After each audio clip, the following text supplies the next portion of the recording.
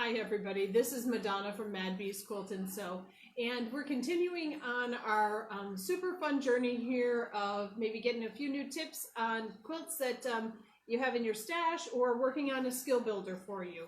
So today I want to talk about adding borders to your quilt.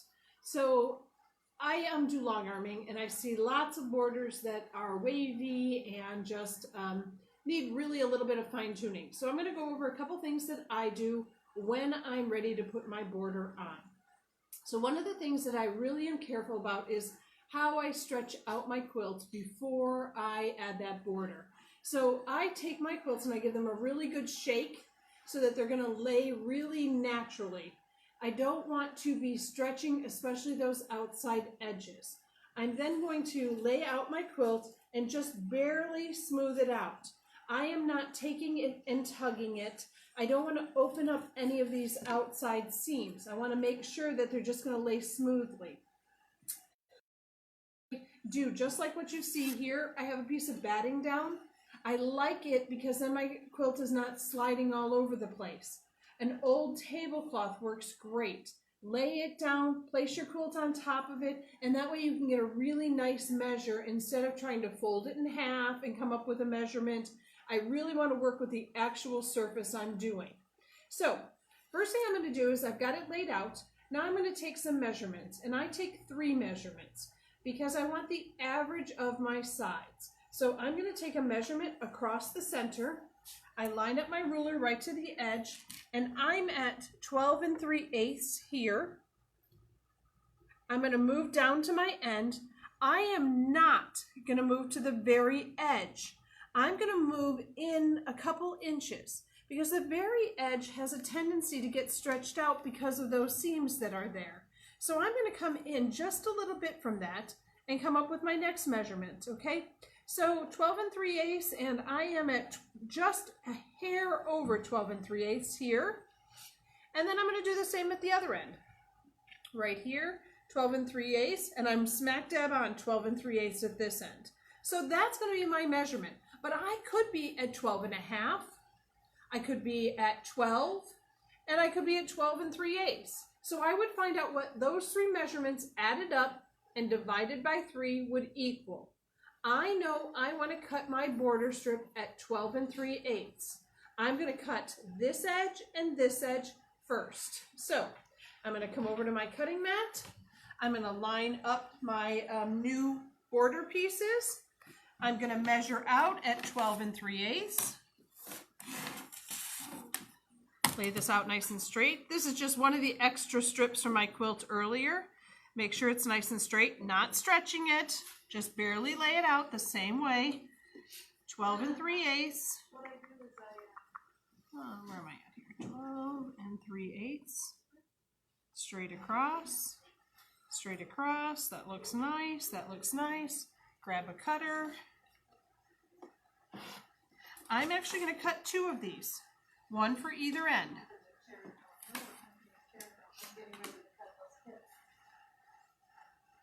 Oh, I started to sew this one. Okay, hopefully we have enough here.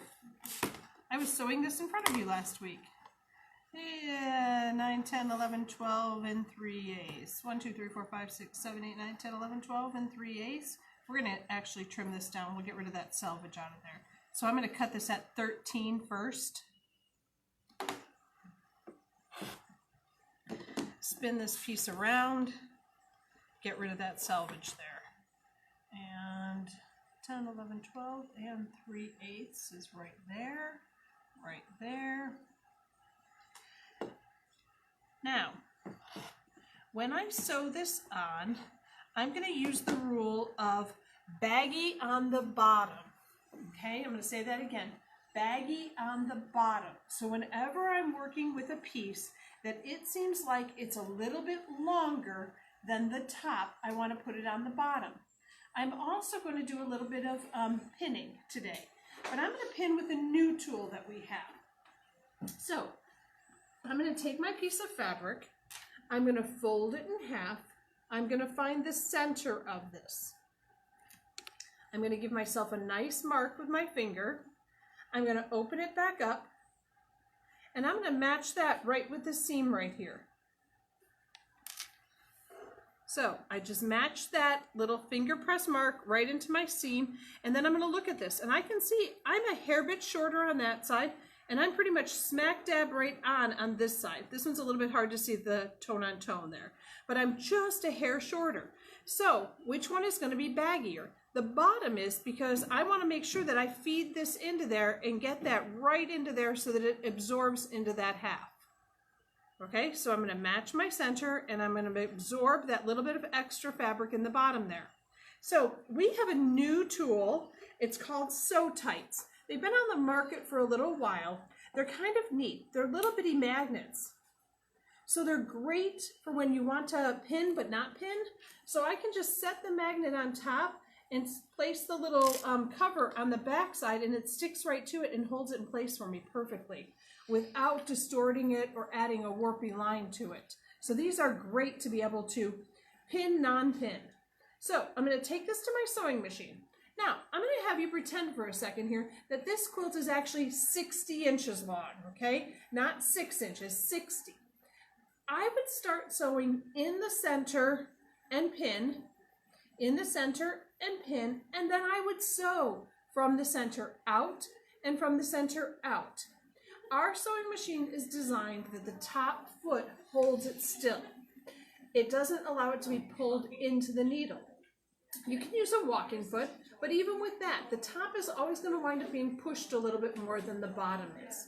So we're going to use the walking foot today. That's what I have on my machine, or you could use your 1/4 inch foot, and we're going to be very careful that we put the baggie on the bottom and sew along nicely. So head on over to the sewing machine. I'm going to start in the center. Sorry, Deanna, I move faster. You're good. I'm going to set it up underneath my sewing machine here. I've got a 1/4 inch mark on my walking foot, and I'm going to go ahead and sew. When I do this now, I'm going to move over my little magnet. When I do this, I want to make sure that I'm matching up that bottom with the top there. So I am giving that top just a little bit of a tug there, and I'm going to go ahead and give this a sew. So the feed dogs will pull in the bottom layer a little bit faster than it'll pull in the top layer.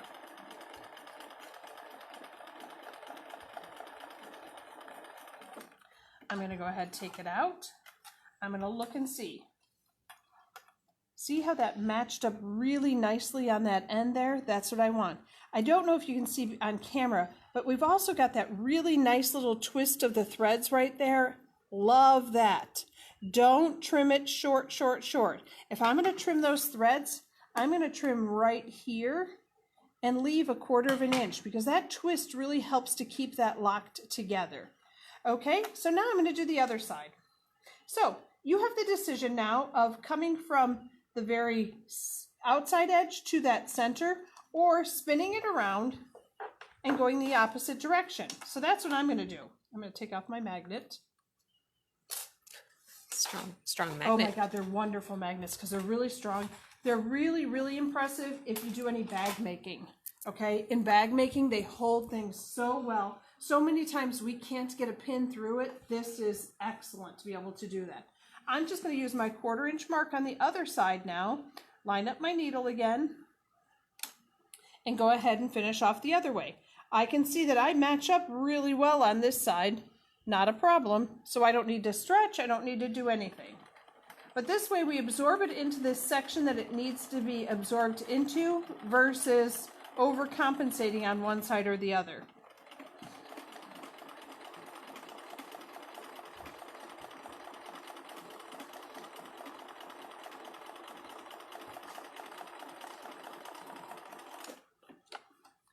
Okay, we're going to head to the ironing board for a second. We're going to press this, and we're actually going to press to the border. We're going to just take it. We're going to first just give it a little bit of a finger press. I'm going to close it back down. I'm going to set my seam with the iron. So what does setting the seam do? It actually helps to push the stitches into the fabric first. So the reason that I like that is because then it just sinks in and it's much cleaner of a line when you go to press it. So I've heated it up, I've pressed it in. And I'll tell you, try it at home. Press it and then just take your finger along it. You can feel a difference of how the fabric feels. We're going to just give this a little press again, not stretching, okay? And then we're just going to go in and we're just going to set that down. And set that down and set that down. Now, we're going to pretend like we've already done this border over here, okay? It's done. Shazam. We now need to do exactly the same thing we did the first round. So we're going to bring it back to our table. And now we've got this other border on the other side here. Okay. Oops, this is not the right piece. I lost it somewhere. Oh, not a big deal. We're going to pretend like that's so not. Oh, it's right here. I'm blonde. Okay, so we're pretending like that one's sewn. What we need to do now is measure again. We're not just going to say it was 12 3/8 plus a 2-inch outside piece. That's how much it is. No, we are going to do exactly the same measurements again. We're going to do our center. We come up at 16 3/8. I guess I like 3/8 today. We're going to come down here at the bottom. Oh, this one's a little bit wider. We're almost at 16 1/2. And we're going to come up at the top here, and we're at 16 3/8 again. So if we average those out, we're just at 16 3/8 there, and that's what we're going to cut the other two borders with. This is going to help tremendously. When you take a piece of fabric and you add it to this, just by taking a strip and putting it down and sewing it, it will automatically be longer than your quilt. And then when you go to get it quilted, you'll have too much fabric on those outside edges trying to be pushed in. If you measure twice, actually 3 times, you're going to be much happier with the results of when it gets quilted. So the next thing I want to talk about is we've got your borders on, so all 4 of your borders are on, and now you're ready to actually quilt it. We do long arm quilting here, so we'd love for you to bring it in, of course, but if you're going to do it at home, I want you to know a couple things. So layering your quilt. Quilt batting actually has a wrong side and a right side. Most quilt batting today is not bonded. It is actually either put on a scrim or it is just truly a pressed batting. So there is nothing that's a base in it. 3 out of the 4 battings that we carry here do not have a scrim. The only one that does is the 70-30. It's 70% polyester. No, sorry, 70% cotton, 30% polyester. It has a polyester scrim in it, and it's designed to hold its shape better. The other ones are designed to be more flexible, more movable. So the 70-30 is fabulous if you're doing wall hangings, placemats, those kind of things, because it doesn't shift as much. So back to this.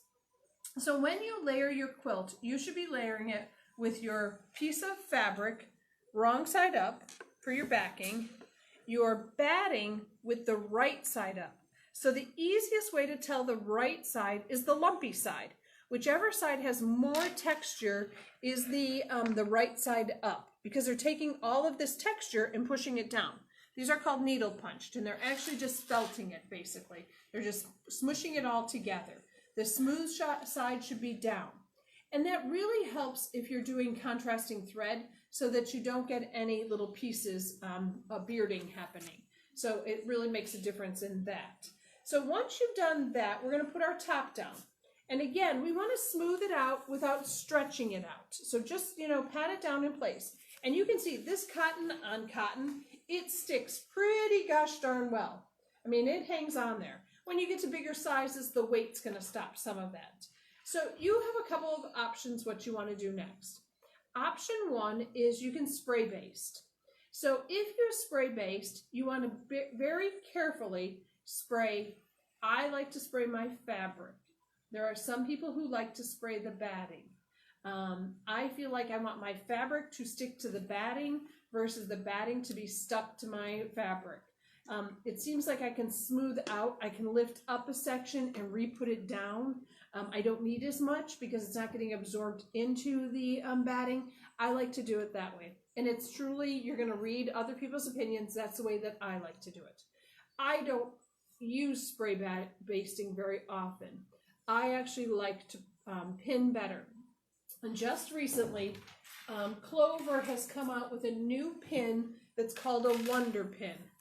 They come in these really fun colors. I think there's 3 different colors in the package, and they're supposed to be a single-handed pin. They have a really nice sharp point on them. You put them in and dig them up just like any other pin, pull it through, and hook it. Put it in, pull it up, and push down and hook it. Pretty simple without distorting your fabric tons. So I like to pin when I'm actually quilting. I already put my walking foot on for today, and most of us want to do what we call stitch in the ditch.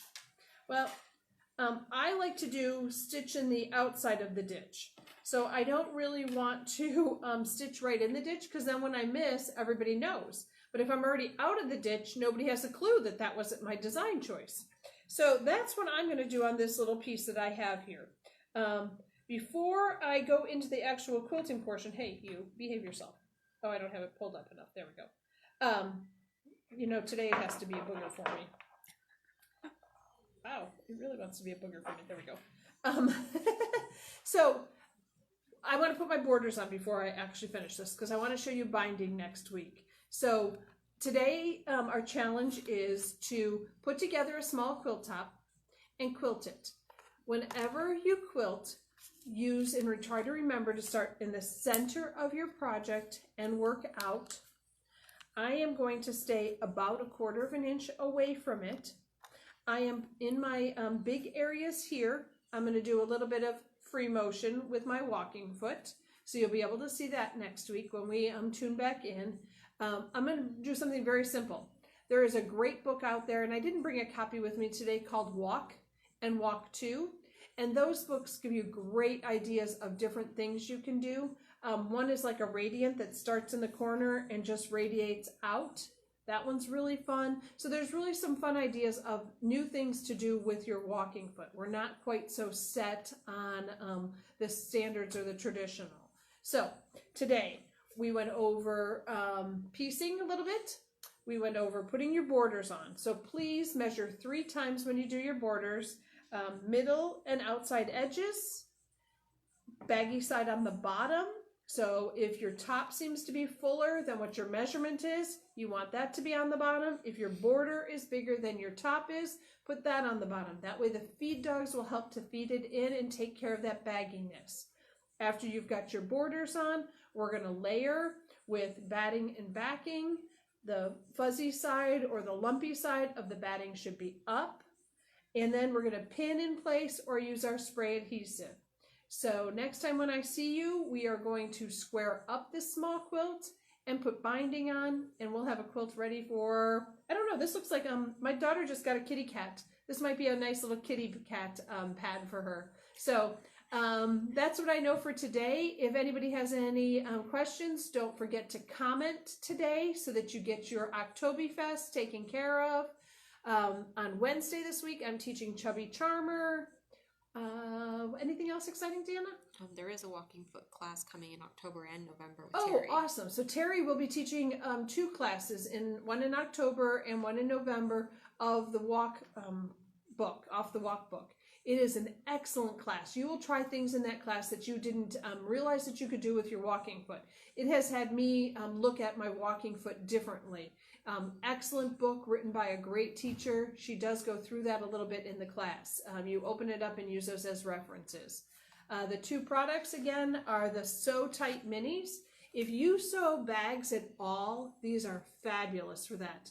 They come in, this is the smaller pack with 10 in it. There is a larger pack that also has circles in it. It's just a great way to be able to hold your fabrics together. And then lastly, these are the Wonder Pins. And the reason that I really like these is the size of them. I don't know, but the older I get, things are getting harder. Working fingers are not always as easy. These have a really nice big opening. They slide under really well. Come back up, pop up, and hook in. Come on, you. Why am I fighting with it? I did the first, there we go. There, perfect. But I would fight even longer with a traditional pin. I really do like these. So everybody have a great week. Oh, we're on Monday. Don't forget to get your Octo-bee-fest pattern, and we'll see you soon. Thank you.